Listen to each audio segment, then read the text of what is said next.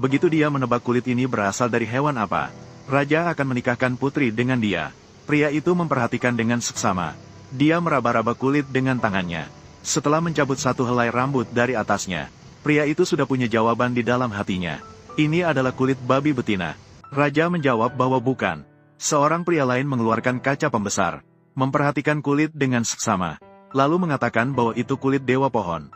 Jelas sekali dia salah menebak lagi. Putri segera merasa lega, karena dia tidak menyukai pria itu. Kemudian seorang pria tampan maju. Putri segera tersenyum. Dia sangat puas dengan pria itu. Namun setelah pria itu mengamati kulit, dia tetap salah menebak. Putri sangat kecewa. Jika terus salah, dia tidak akan bisa menikah. Pada saat itu juga, seorang barbar membuka jalan dan masuk. Barbar itu mencium kulit, dan mengatakan bahwa itu kulit kutu. Raja menunjukkan ekspresi tidak percaya. Orang barbar ini benar-benar menebak dengan benar. Tapi dari mana kutu sebesar ini berasal? Beberapa bulan yang lalu, Putri memainkan musik untuk semua orang di istana.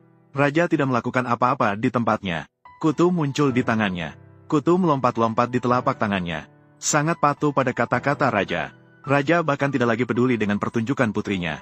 Dia segera pergi dari sana. Raja pergi ke ruang kerjanya, menusuk jari dengan ujung pena, lalu mengeluarkan kaca pembesar, mengamati kutu menghisap darahnya sendiri. Setelah kutu makan dan minum cukup, menempatkannya di dalam kotak besar. Selama beberapa hari berikutnya, Raja melakukan penelitian setiap hari, bagaimana memberikan kutu lingkungan hidup yang lebih baik. Bahkan urusan negara pun tidak lagi diperhatikan. Dan kutu cepat tumbuh menjadi sebesar ujung jari. Raja ini memiliki kutu sebesar ibu jari. Kutu itu menarik kereta kecil untuk menghibur Raja. Setiap hari Raja memberi daging sapi berdarah padanya. Kutu itu semakin besar seiring berjalannya waktu. Cepat tumbuh menjadi sebesar anjing kecil. Raja melihatnya seperti anak kandungnya sendiri. Dia membelainya dengan lembut. Hari demi hari berlalu. Pada malam itu, tabib istana dipanggil oleh Raja. Raja segera menarik tabib istana ke kamar tidur. Tabib istana segera bertanya apa yang membuat Raja tidak nyaman. Raja berkata bahwa bukan dirinya yang tidak nyaman. Tabib istana dengan tidak percaya melihat ke depan.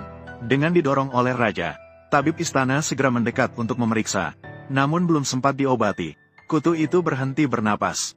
Raja menangis sambil memeluk kutu itu, karena dia telah membesarkan kutu itu sejak kecil. Pada saat itu juga, Raja memiliki ide yang muncul dalam pikirannya. Karena hanya beberapa hari yang lalu, Raja bertanya kepada putri tentang tipe suami yang diinginkannya. Maka sang putri dengan malu-malu menjawab, bahwa dia menginginkan yang kuat dan tampan. Raja menepuk dadanya dan berkata dia akan menanggungnya. Kemudian sang raja menemui sang putri, dan mengatakan bahwa dia sudah punya cara untuk membantu memilih suami untuknya. Ternyata raja mengupas kulit kutu, dan meminta rakyat kerajaan menebak kulit binatang apa itu. Siapapun yang bisa menebaknya, maka dia bisa membawa pulang sang putri. Ada yang menyentuh kulit itu, ada yang mengamati dengan kaca pembesar, namun tidak ada yang bisa menebaknya. Saat itu, seorang barbar masuk. Penjaga menghalangi dia. Raja ingin menunjukkan keadilan, dan biarkan dia ikut serta.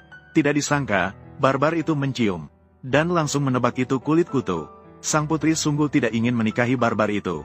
Dia pergi meninggalkan tempat ini sambil mengangkat roknya. Putri naik ke atap ingin melompat, namun raja menasihatinya. Sebagai seorang raja, harus memegang janji. Putri pun akhirnya menerima kenyataan. Dengan begitu, putri dibawa pergi oleh orang barbar.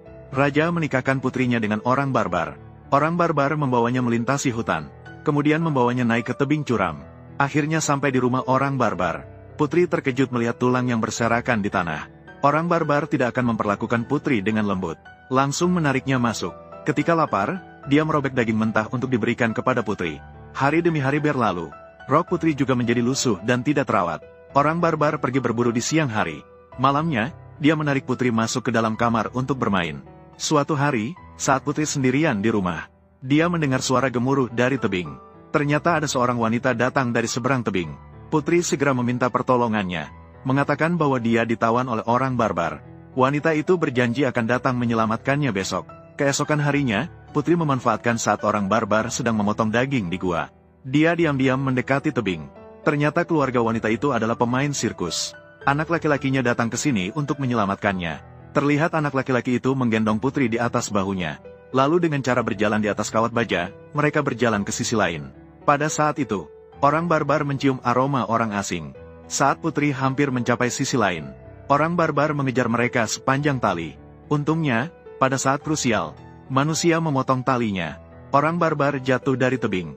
Saat keluarga itu mengantarkan putri pulang, orang barbar tiba-tiba masuk ke kereta kuda. Dia membunuh ayah dan kakak di atas kereta. Adik laki-laki membawa ibu dan putri melarikan diri. Namun dia tetap dikejar dan dibunuh oleh orang-orangan. Sang putri ketakutan dan melarikan diri sendirian. Namun sang putri tetap dikejar oleh orang-orangan. Orang-orangan sedang bersiap untuk menyakitinya. Sang putri memohon agar dia memaafkannya. Dia akan menjalani hidup bersamanya dengan baik di masa depan. Saat orang-orangan bersiap untuk menggendong sang putri, dia memotong leher orang-orangan itu dengan sekali tebas. Kemudian sang putri kembali ke istana. Raja melihat penampilan sedih sang putri. Dia merasa sangat bersalah. Maka dia mewariskan tahta kepada sang putri. Cerita ini mengajarkan kita bahwa kebahagiaan kita harus dicari sendiri.